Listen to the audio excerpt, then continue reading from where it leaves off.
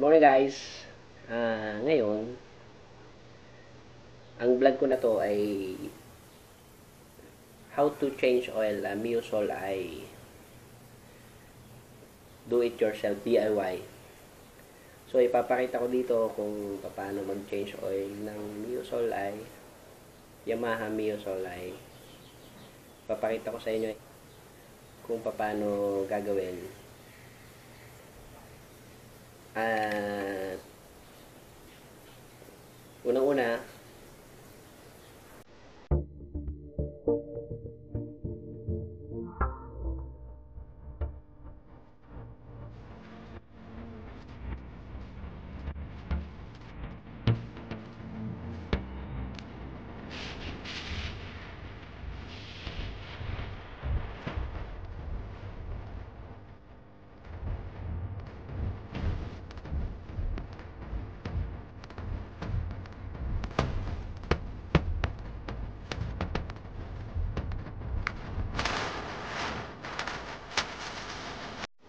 bumili ako ng langis sa Yamaha na rin para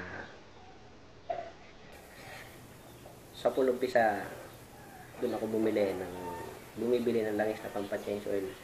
As far as you know, 5 years na yung Miosol ay namin, pero ipapakita ko sa inyo kung gano'n pa siya tumakbo at ang itsura niya.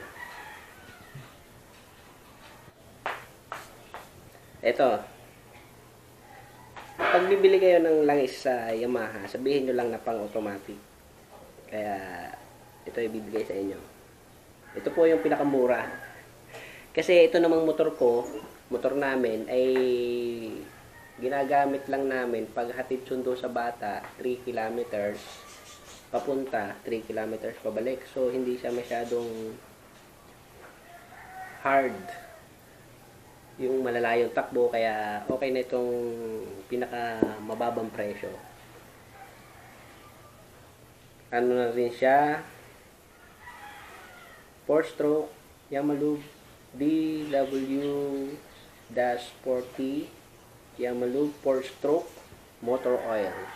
Happy Service SL SAI 10W40. Hindi ko po alam kung ano to. So yan guys, ipakita ko sa inyo kung ano yung mga 1 by 1 para ayan guys, ayan po, kita nyo naman maluwag yung tornilyo dyan, yung drainage plug nya. Ayan, I think 12 mm po yung socket na kailangan gamitin.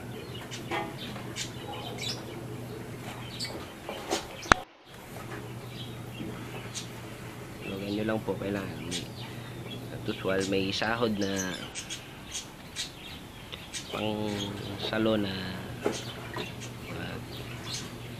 langgana. And guys, medyo sa parang mga 1K ang natakbo niya buat yung last change oil pa. Medyo hindi pa naman kasi nung kaitiman siya.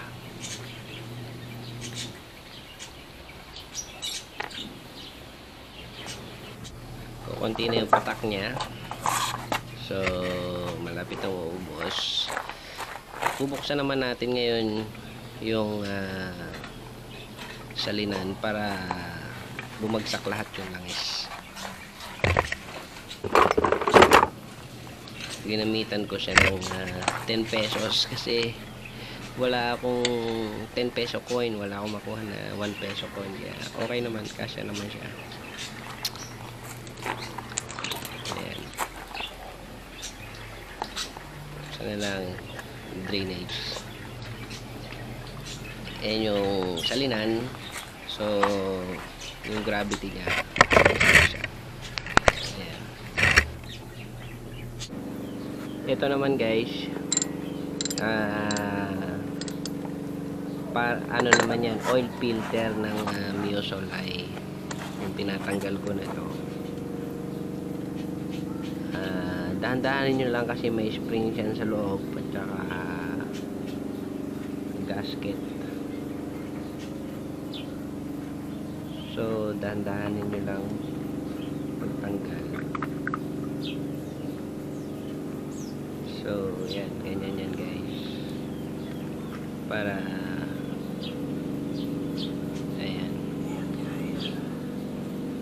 ganyan na itsura niyan guys. Yung filter nya, screen lang siya, screen, linisin lang nyo, spray ng hangin para malinis. Bali sa 5,000 na natakbo nya,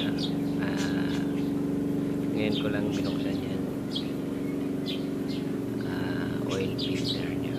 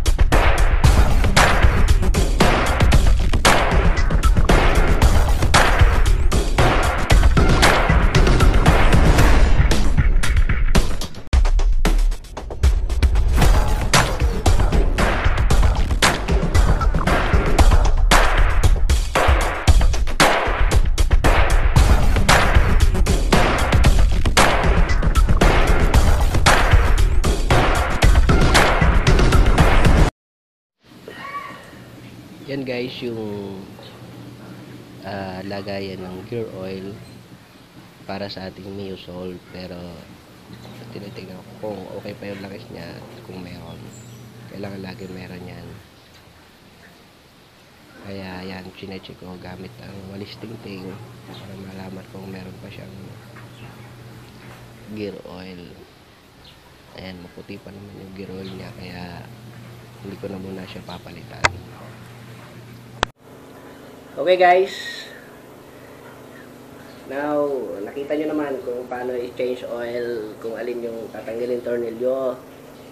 Para sa mga gustong mag-change oil sa kayo na lang, napakadali lang. Yung sa gear oil nya, pinakita ko rin doon kanina na kung paano i-check kung may laman pa siya, kung meron pang gear oil or maganda pa yung langis. Maganda pa naman yung langis ko sa akin, kaya hindi ko siya i-change oil. Hindi ko lang napapakita sa inyo kung alin doon yung susunod na mag-change oil ako sa gear. Papakita ko kung saan yung drain plug nya. Tapos para kumuha lang ako ng tingting, kita nyo naman, kumuha ako ng tingting, pinasok ko doon para madutot ko meron pang laman. Okay guys, please subscribe to my channel and make sure hit the bell. So malaki. Okay, hanggang dito na lang. Bye bye.